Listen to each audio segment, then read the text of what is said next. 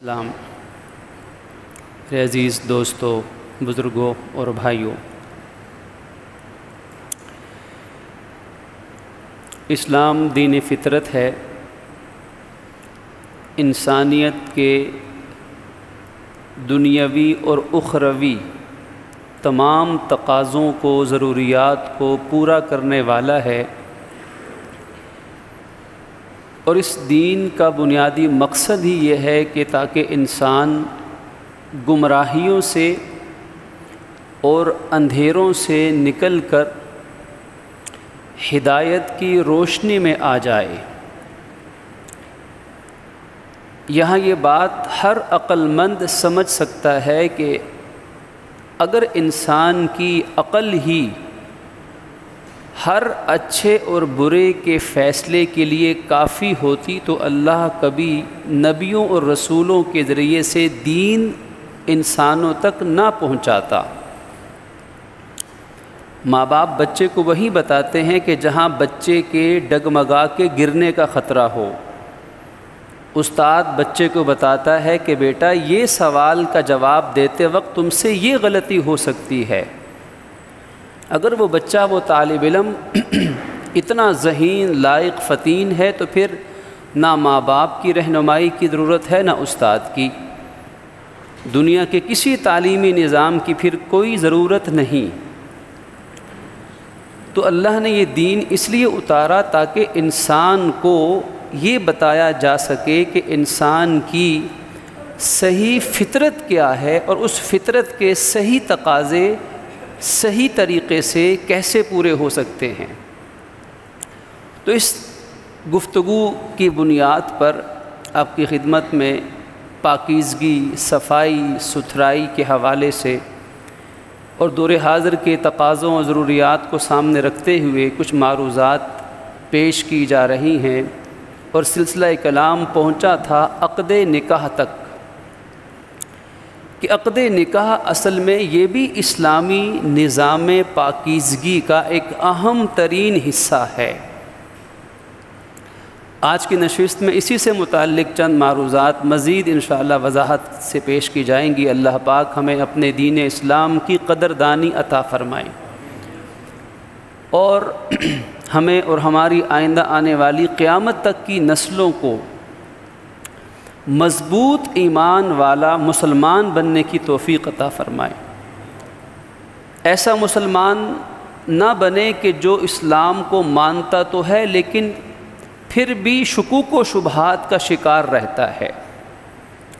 پورے جرت کے ساتھ، پورے یقین کے ساتھ اور پوری طرح شرح صدر کے ساتھ اللہ ہمیں اسلام کے ہر حکم کو تہہ دل سے ماننے، اپنانے اور دنیا کے سامنے اسے پیش کرنے والا مسلمان بنائے۔ آج مسلمان مردم شماری میں تو بہت سے ہیں، لیکن ایسے مسلمان بہت تھوڑے ہیں۔ تو اسلام نے انسانی ضرورت کو سامنے رکھا۔ انسان کی بہت ساری ضروریات ہیں۔ انسان کی ضرورت ہے کہ انسان کا سلسلہ نسب چلتا رہے۔ ہر انسان چاہتا ہے کہ میری نسل جاری رہے۔ کوئی یہ نہیں چاہتا کہ بس میری نسل مجھ پہ آ کے ختم ہو جائے۔ ہر انسان چاہتا ہے کہ میری نسل، میری اولاد چلتی رہے۔ اس کے بے شمار دنیاوی فائدے بھی ہیں اور آخرت کے فائدے بھی ہیں، معاشرتی فائدے بھی ہیں، ہر طرح سے۔ اس ضرورت کو پورا کرنے کے لیے اللہ نے انسان کو نکاح کا طریقہ، نکاح کا راستہ عطا فرمایا کہ نکاح کے ذریعے سے نسل انسانی محفوظ طریقے سے جاری رہتی ہے۔ انسان کے اندر خواہش نفس رکھی گئی ہے، سفلی جذبات رکھے گئے ہیں۔ انسان سفلی جذبات کو پورا کرنا چاہتا ہے، ایک انسان کی فطرتی خواہش ہے۔ اب اس فطرتی خواہش کو اللہ نے پورا کرنے کے لیے بہترین راستہ عطا فرمایا، نکاح کا راستہ عطا فرمایا۔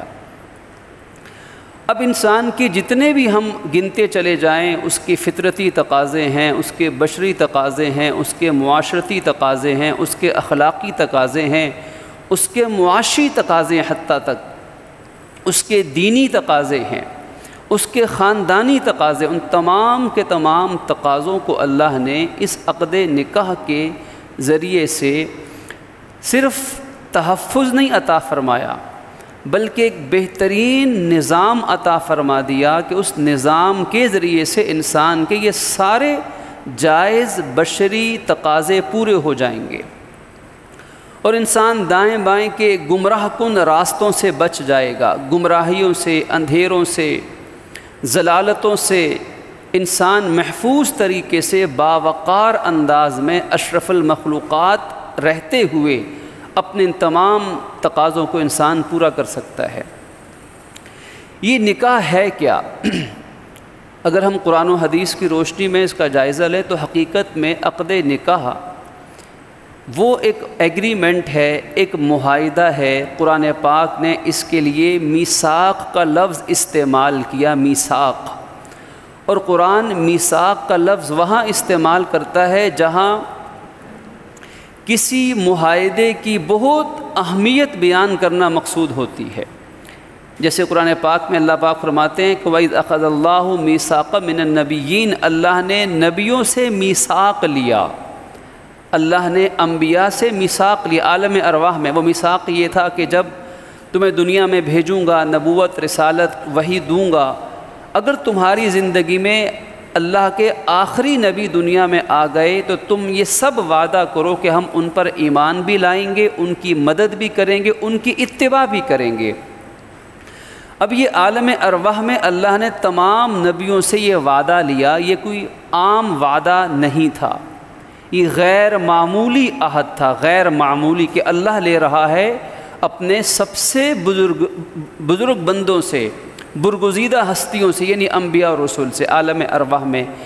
اس معاہدے کے لیے اللہ نے میثاق کا لفظ استعمال فرمایا قرآن میں، وہی میثاق کا لفظ اللہ نے نکاح کے لیے بھی قرآن میں استعمال کیا۔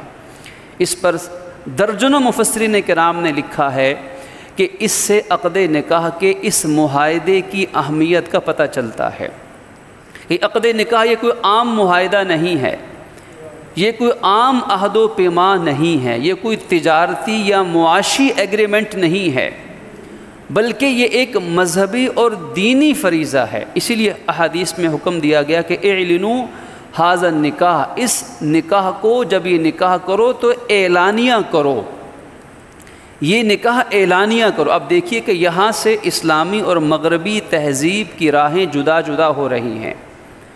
اسلامی تہذیب کیا ہے کہ نکاح اعلانیہ ہو، خفیہ نکاح کا اسلام میں کوئی تصور نہیں ہے۔ خفیہ نکاح، چھپا ہوا نکاح، چوری چھپے نکاح، اسلام میں اس کا تصور نہیں ہے۔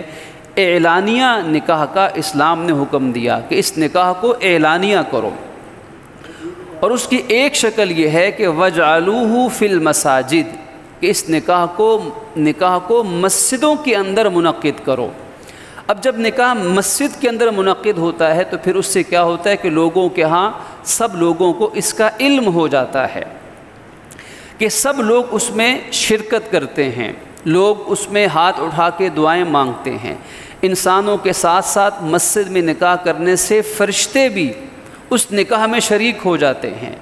ہر ایک پورے ادب و احترام کے ساتھ اپنی ظاہری اور باطنی پاکیزگی کے ساتھ اس پاکیزگی والے نئے سفر کا آغاز کرواتا ہے، کیونکہ ایک نئی زندگی ہے۔ عقد نکاح ایک نئی پاکیزہ زندگی کا آغاز ہے۔ آج اہل مغرب چاہے وہ نکاح کو پارٹنرشپ کہیں، نکاح کو ایک سوشل کانٹریکٹ کہیں، ایک نکاح کو عارضی اور وقتی لذت شہوت رانی کا ذریعہ سمجھیں، یہ تمام چیزیں جو آج اہل مغرب کے خاندانی نظام کو تباہ کر چکی ہوئی ہیں، اگر ہم اسلام کا مطالعہ کریں تو ہمیں پتہ چلے گا یہی صورتیں زمانہ جاہلیت میں بھی رائج تھیں۔ زمانہ جاہلیت میں لوگوں کے وہی نظریات ہوتے تھے عام طور پر جو آج اہل مغرب اپنے آپ کو تہذیب یافتہ کہلانے والے، روشن خیال کہلانے والے، انسانوں کے ہمدرد کہلانے والے معاشروں کے اندر جو سفلی جذبات کو پورا کرنے کے جو طریقے انہوں نے رائج آج کیے ہیں اور خاندانی نظام تباہ ہو رہے ہیں، اخلاقیات کے جنازے نکل رہے ہیں، شرم و حیا قبروں میں دفن ہو رہی ہے، جہاں اس سے بڑی بے شرمی اور غیر انسانی عمل کا اظہار اس سے بڑا اور کیا ہوگا کہ جس کو سوچ کر ہی انسان انسانیت کا سر شرم سے جھک جاتا ہے۔ سنگل پیرنٹ کے اصطلاح وہاں پر رائج ہے کہ یہ بچہ تو ہے لیکن اس کے باپ کا کوئی پتہ نہیں، یہ بچہ ہے اس کا باپ کوئی نہیں ہے، اس کی نسبت ماں کی طرف ہوگی۔ سنگل پیرنٹ کا کانسیپٹ وہاں چلا ہوا ہے۔ یقین کیجئے اگر ہم زمانہ جاہلیت کے حالات پڑھیں، یہ سارے رواج، سارے طریقے اس زمانے میں موجود تھے۔ وہاں کئی قسموں کے نکاح اپنے طور پر اس کو وہ بھی نکاح کا نام دے دیتے تھے۔ جو آج فحاشی اور یعنی سفلی جذبات کو پورا کرنے کے جو بیہودہ طریقے معذرت کے ساتھ آج اہل مغرب نے اپنائے ہوئے، تفصیلات کا وقت نہیں، وہ زمانہ جاہلیت میں سب موجود تھے، پہلے سے موجود تھے۔ اللہ کے نبی صلی اللہ علیہ وسلم نے تشریف لا کر جہاں زندگی کے، معاشرت کے، اخلاقیات کے ہر شعبے کی اصلاح فرمائی ہے۔ جہاں خامی تھی، جہاں غلطی تھی، اللہ کے نبی صلی اللہ علیہ وسلم نے محنت فرما کے اس کو درست کیا ہے۔ وہیں اللہ کے نبی صلی اللہ علیہ وسلم نے اس عقد نکاح کے رسم اور طریقے کے بھی اصلاح فرمائی ہے۔ پہلے زمانہ جاہلیت میں مرد کو مکمل چھٹی اختیار حاصل تھا، وہ جتنی عورتوں سے چاہے نکاح کر لے، اور چاہے وہ نکاح بھی نہ کرے، بس عورتوں کو خرید کر اپنی شہوت کے لیے اپنی باندی بنا کر رکھے، کوئی پوچھنے والا نہیں۔ عورت کا مقام اور اس کا درجہ مال مویشی ان چیزوں سے بڑھ کر نہیں تھا۔ اسلام نے نظام کو بدل دیا۔ اسلام نے اسلامی جو نکاح کا نظام ہے، اس کے آپ درجات پہ غور کرتے چلے جائیے، اسلامی تہذیب اور مغربی تہذیب کا فرق سمجھ میں آئے گا۔ اسلام نے سب سے پہلے تو کہا کہ دینداری کو ترجیح دو۔ بچے یا بچی کا نکاح کرنا ہے تو تم دینداری کو ترجیح دو۔ ایک حدیث کا مفہوم بنتا ہے کہ جو شخص کسی سے دولت کے لیے رشتہ کرتا ہے، عزت کے لیے رشتہ کرتا ہے، اور مالو اور اسی طرح کسی کے حسن و جمال اور خوبصورتی کی بنا پہ اگر رشتہ کرتا ہے، فرمایا جو اس نیت سے کسی کا رشتہ کرتا ہے تو اللہ جو اس کے پاس یہ تین چیزیں پہلے سے ہوتی ہیں، اللہ وہ بھی اس سے واپس لے لیتا ہے۔ اور جو رشتہ دینداری کی بنیاد پر کرتا ہے، شرافت کی بنیاد پر، انسانیت کی بنیاد پر، نیکی اور تقوی کی بنیاد پر، تو اللہ تعالیٰ جو یہ تین چیزیں حسن و جمال، عزت اور دولت اور حسب نسب، اللہ اس کو اس دین کو ترجیح دینے کی وجہ سے اللہ کئی گنا بڑھا کے اس کو زیادہ عطا فرما دیتا ہے۔ پہلے تو اسلام نے یہ حد لگائی ہے کہ دینداری کو ترجیح دو، دیندار رشتہ مل جائے، مناسب، صالح، شریف، خاندانی، تو اب دیر مت کرو، بسم اللہ پڑھو، اللہ کا حکم، نبی کا فریضہ کا ادا کردہ سنت کا فریضہ ادا کر لیا جائے۔ پھر اس میں میاں بیوی جو ہونے والے ہیں، لڑکا اور لڑکی، ان کی رضامندی اور پسند ناپسند کا بھی خیال رکھنے کا حکم دیا گیا کہ جبراً شادی اسلام میں اس کا تصور نہیں ہے۔ جبر کر کے، مسلط کر کے اور کسی طرح دھونس و دھاندلی کے ذریعے بلیک میل کر کے اسلام میں اس طرح نکاح کروانے کا کانسیپٹ نہیں ہے۔ لڑکا اور لڑکی اولاد ہیں، بچہ بچی، ان کی پسند ناپسند کا خیال رکھا گیا ہے، ماں باپ کا، بڑوں کا فریضہ ہے۔ لیکن دوسری طرف اولاد کو بھی یہ ترغیب دی گئی کہ تم بھی اپنے ماں باپ کی خواہش کا احترام کرو، ماں باپ کے باغی مت بنو۔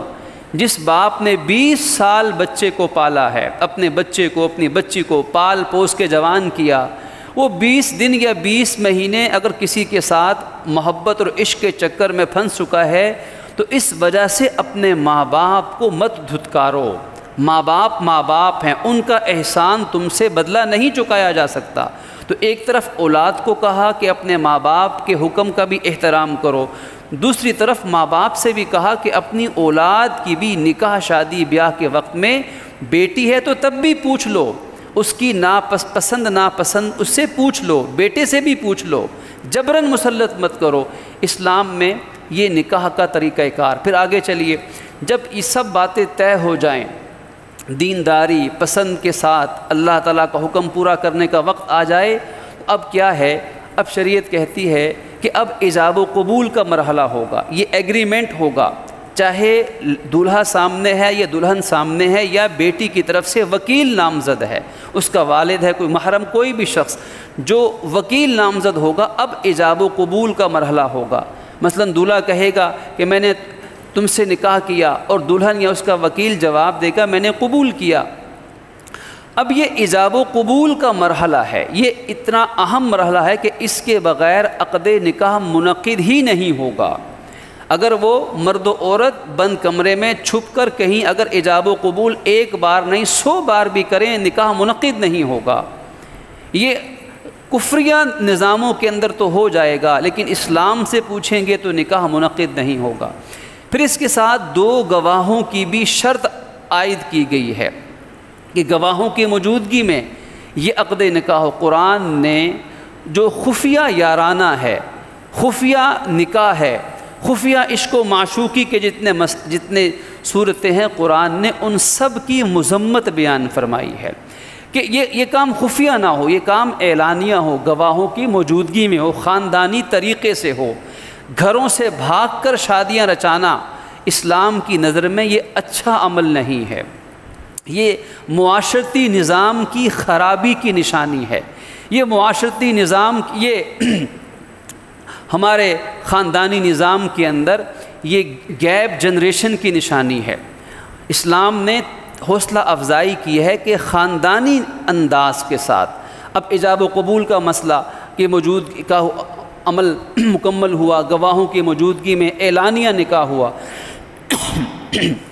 پھر آپ دیکھیے کہ شریعت نے اس کے بعد کیا کیا کہ اب شوہر کے ذمے، جب وہ شوہر کے مقام تک پہنچے گا تو شوہر کے ذمے شریعت نے سب سے پہلے حق مہر کی ادائیگی کو لازم قرار دے دیا۔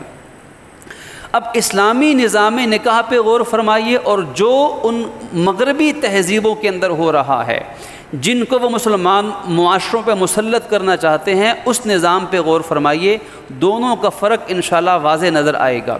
اب مرد کے ذمے ہے کہ مرد حق مہر دے، لیکن حق مہر کا سٹیٹس کیا ہے؟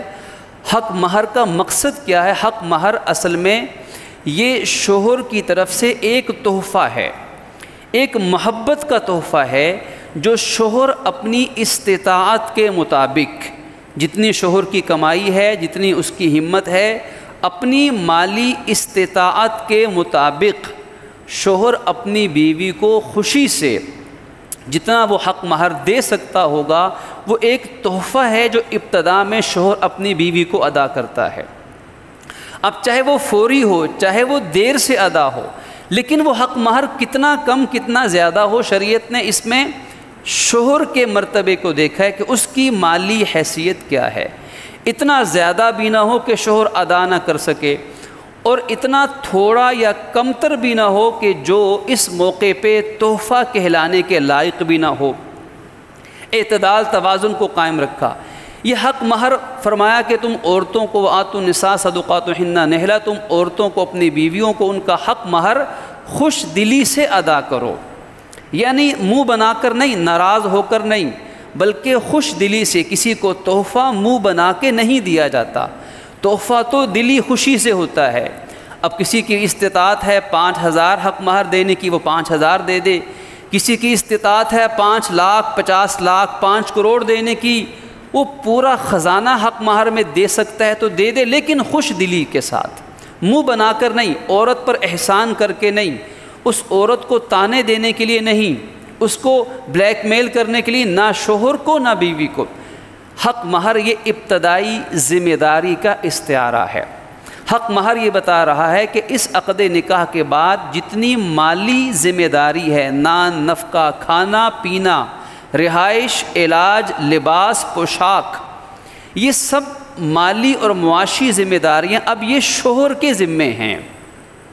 اب یہ بیوی کے ذمے نہیں ہے کہ اپنے گھر سے وہ اپنے والدین سے جہیز ساتھ لے کر آئے، یہ جہیز بنانا، گھر کے اخراجات و ضروریات کو پورا کرنا، یہ سب اس شوہر کی ذمہ داری ہوگی، اور وہ اپنی حیثیت کے مطابق مال حلال میں سے اپنے بیوی بچوں پہ خرچ کرے گا اور ان کو اچھے طریقے سے زندگی گزارنے کا موقع دے گا، لیکن اپنی حیثیت کے مطابق، نہ حیثیت سے زیادہ نہ حیثیت سے کم۔ یہ اب ذمہ داری شریعت نے عائد قرار دی، لیکن غیر مسلم معاشروں میں کیا ہے کہ وہاں عارضی تعلق ہے، اس کے بعد مرد کا نہیں پتہ کہ مرد کہاں ہے، عورت کہاں ہے، بچہ پیدا ہو گیا اب اس عورت نے سنبھالنا ہے، سنگل پیرنٹ۔ یہاں شریعت نے کہا کہ عقد نکاح کے بعد اللہ جب ان کو اولاد سے نوازے گا تو ساری اولاد کی معاشی ذمہ داری اللہ نے مرد کے کندھوں پر ڈالی ہے، عورت کے ذمے کوئی معاشی ذمہ داری نہیں، یہ مرد کی ذمہ داری ہے، ایک محبت کا، اور یہ کام مرد کرے گا احسان جتلانے کی نیت سے نہیں، بلکہ اپنا فرض منصبی پورا کرے گا خوش دلی کے ساتھ۔ وَعَاشِرُوهُنَّ بِالْمَعْرُوفِ، قرآن نے اصول دیا ہے کہ مرد یہ سارے کام کرے گا، ذمہ داری ادا کرے گا اچھی معاشرت کے ساتھ۔ یہ ایک طرف یہ مرد کو ذمہ داریاں دی، لیکن ایسا نہیں کہ عورت پہ کوئی ذمہ داری نہیں، عورت پر بھی ذمہ داریاں ہیں، جہاں شوہر کے فرائض ہیں وہاں بیوی کے فرائض بھی ہیں کہ وہ پاک دامن رہے، شوہر کی عزت کا خیال رکھے، اولاد کی تعلیم و تربیت پر پوری توجہ اور کوشش دے، اور شوہر کی غیر موجودگی میں اس کی عزت، مال و اسباب، اولاد، ہر چیز کی حفاظت کرے، اس کی وفا شعار رہے۔ فالصالحات قانتات حافظات للغیب، عورت کو بھی ذمہ داریاں دی گئی، اور دونوں کو کہا گیا الا کلکم راع وکلکم مسئول عن رعیتہ، ہر شخص تم میں سے ذمہ دار ہے، اپنی ذمہ داری کے بارے میں قیامت میں جواب دہ ہوگا۔ اب اس عقد نکاح میں ایک وقتی شہوت رانی میں، وقتی پارٹنرشپ میں، گرل بوائے فرینڈ کے کنسیپٹ میں زمین آسمان کا فرق ہے۔ اس عارضی تعلق کی وجہ سے خاندان پروان نہیں چڑھا کرتے۔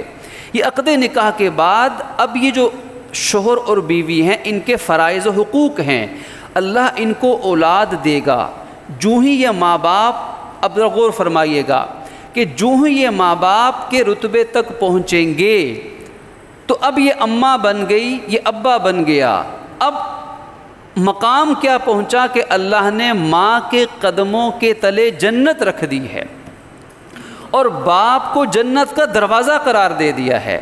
باپ کی رضا میں رب کی رضا، اور باپ کی ناراضی میں رب کی ناراضی۔ رضا الربی فی رضا الوالد و سخط الربی فی سخط الوالد۔ ذرا اس پر بھی غور فرمائیے کہ ماں کے قدموں کے نیچے اگر جنت ہے اور باپ کی رضا میں رب کی رضا ہے، یہ ماں باپ کا رتبہ اگر ملا ہے تو عقد نکاح کی وجہ سے ملا ہے۔ اگر خدا نخواستہ معاذ اللہ ثم معاذ اللہ اگر عقد نکاح کے بغیر اولاد پیدا ہوتی، عقد نکاح کے بغیر، تو دنیا اس عمل کو کیا کہتی؟ کیا اس مرد و عورت کو یہ ماں باپ کا رتبہ مل سکتا ہے؟ نہیں، پھر تو وہاں شریعت کی حدود ہیں، شریعت کی سزائیں ہیں، پھر معاشرتی ذلت ہے، اخروی عذاب ہے، پھر اللہ کی لعنت اور پھٹکار ہے، کوئی نعمت نہیں مل سکتی، کوئی رحمت نہیں اتر سکتی۔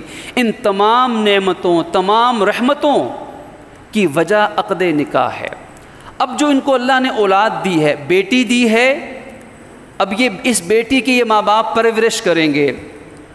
ایک بیٹی کی بھی پرورش کی اللہ کے نبی کی ایک نہیں کئی احادیث ہیں کہ ایک بیٹی کی بھی اگر ماں باپ پرورش کرتے ہیں، اس کو بیٹے سے کم تر نہیں سمجھتے، اور اس کو پال پوس کے جوان ہوتی ہے اور اچھے طریقے سے اچھی جگہ اس کا نکاح کر کے اس بیٹی کو بیاہ دیتے ہیں۔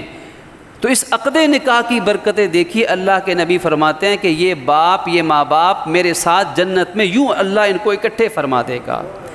اب یہ حضور کا جنت میں اتنا قرب کیوں مل رہا ہے؟ یہ ساری کہانی آپ چلیں تو عقد نکاح سے شروع ہوتی ہے۔ عقد نکاح کے بغیر یہ کوئی فضیلت نہیں، نہ دنیا میں نہ آخرت میں، بلکہ وبال ہے، عذاب ہے، اور دنیا اور آخرت کی سزائیں ہیں۔ اب اسلام نے یہ کتنا بڑا نظریہ دیا عقد نکاح کا کہ حق مہر سے لے کر، حق مہر ہے، نکاح کی مجلس ہے، اور پھر اس کے بعد دوسرے یا تیسرے دن مختلف اقوال ہیں، ولیمے کی دعوت ہے۔ اب یہ ولیمہ اصل میں ہے کیا؟ یہ ولیمہ اصل میں اپنے خاندان کے لوگوں کو جمع کرنا، کہ حکم ہے کہ تم ولیمہ کرو، چاہے ایک بکری کے ذریعے سے ہی ہو۔ ایسے ہمیں مقدس ولیمے ملتے ہیں۔ حضرت علی، حضرت فاطمہ الزہرا رضی اللہ تعالی عنہما کا ولیمہ کھجوریں اور تھوڑی سی کشمش وغیرہ تھی، اور ساتھ پانی موجود تھا۔ کائنات میں ایسا سادہ ولیمہ اور ایسا مقدس ولیمہ کہ حضرت علی، حضرت فاطمہ الزہرا کا ولیمہ ہو رہا ہے اور خاندان کے لوگوں کو اکٹھا کیا جا رہا ہے۔ ولیمے کا مقصد اپنے مالی شہرت اور نام و نمود نہیں ہے، بلکہ ولیمے کا مقصد ہے اپنے خاندان والوں کو، ملنے جلنے والوں کو اس خوشی کے اندر شریک کرنا۔ ولیمے کی بنیاد ہی عقد نکاح ہے۔ ولیمہ کس خوشی پر ہے؟ عقد نکاح کی خوشی پر ہے۔ اگر عقد نکاح کو نکال لیا جائے تو کوئی ولیمہ نہیں۔ اگر خدا نخواستہ گناہ کی پارٹی کی جائے وہ تو اللہ کی لعنت اور پھٹکار کا ذریعہ ہے۔ اب ولیمہ سنت انبیاء ہے، ولیمہ کرنا نبی کی سنت ہے، اور فرمایا اس میں امیر کو بھی بلاؤ، غریب کو بھی بلاؤ۔ سب سے برا ولیمہ وہ ہے، حدیث میں آیا کہ جس میں صرف امیروں کو بلایا جائے اور غریبوں کو بھلا دیا جائے۔ تو امیر کو بھی بلاؤ، غریب، لیکن اپنی استطاعت کے مطابق۔ اب سب لوگ اکٹھے، خاندان کے لوگ اکٹھے ہوئے، مبارکباد پیش کی۔ اب یہ کیا ہے؟ یہ اگلی نسل، جب اللہ ان کو اولاد عطا فرمائے گا، یہی خاندان جڑنا شروع ہو جائیں گے۔ بچہ پیدا ہوا، اس کے کانوں میں اذان دی، اس کا عقیقہ کیا۔ اس عقیقے کے اندر بھی ایک حکمت یہ بیان کی گئی کہ سب لوگ جو آ سکتے تھے، جن کو جمع کرنا ممکن تھا، کیا۔ اس بچے کی پیدائش پر خوشی کے اظہار کے لیے ان کی دعوت کی۔ اس بچے کی محبت اور اس کا تعلق اپنے معاشرے کے ساتھ پیدا ہو جائے گا کہ ہم فلاں بچے کے ولیمے میں گئے تھے، یہی بچہ بڑا ہوگا، تعلیم پائے گا، اس کی شادی بیاہ ہوگی۔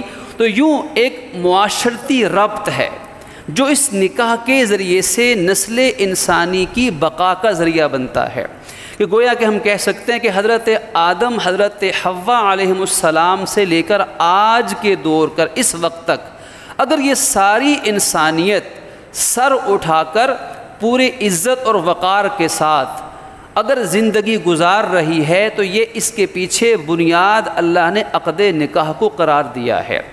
فرمایا کہ تم جب نکاح کر لو تو تمہارا آدھا ایمان مکمل ہو گیا۔ جس نے نکاح کیا اس کا آدھا ایمان، استکمل نصف الدین، آدھا دین مکمل ہو گیا۔ تو نکاح سے دین مکمل ہو گیا، نکاح سے ایمان آدھا مکمل ہو گیا۔ فَلْيَتَّقِي فِي النِّصْفِ الْبَاقِي، لہذا جو آدھا دین اور آدھا ایمان باقی ہے اس میں بھی اللہ کے حکم کو پورا کرنے کی کوشش کرو اور اللہ سے ڈرتے رہو۔ یعنی جو عقد نکاح کرنے کے بعد آئندہ زندگی میں اپنے فرائض پورا کرتا رہے گا، اللہ اس کے 100% دین کو اور ایمان کو مکمل فرما دے گا۔ اور آپ دیکھیے کہ یہ عقد نکاح ہی کی برکتیں ہیں کہ جب اللہ اولاد دیتا ہے تو ایسی اولاد ماں باپ کے لیے صدقہ جاریہ بنتی ہے۔ نیک اولاد سب سے بہترین صدقہ جاریہ ہے۔ ہم میں سے ہر انسان چاہتا ہے کہ جب ہم قبر میں چلے جائیں تو ہمارے مرنے کے بعد بھی ہماری نیکیوں کا اکاؤنٹ اور بینک بیلنس جاری رہے۔ کون یہ نہیں چاہتا؟ اب ہر شخص مرنے کے بعد نیکیوں کا صدقہ چاہتا ہے، صدقہ جاریہ چاہتا ہے۔ تو صدقہ جاریہ، نیک اولاد سے بہترین کوئی صدقہ جاریہ نہیں ہے۔ اور جب یہ سارے مراحل اللہ اور اس کے نبی کے حکم اور طریقے کے مطابق گزرتے ہیں تو پھر اللہ اولاد وہ دیتا ہے جو اولاد ماں باپ کے لیے صدقہ جاریہ بنا کرتی ہے۔ اللہ رب العزت سے دعا فرمائیے کہ ہمیں اس اسلام کے اہم معاشرتی عمل عقد نکاح کے اس حکمت کو اور اس فلسفے کو سمجھنے کی توفیق عطا فرمائے، اور غیروں کی نقالی اور مغربی تہذیبوں کے برے اثرات سے بچتے ہوئے اپنے خاندانی نظام کو نبوی تعلیمات کی بنیاد پہ استوار کرنے کی توفیق عطا فرمائے۔ وآخر دعوانا ان الحمد للہ رب العالمین۔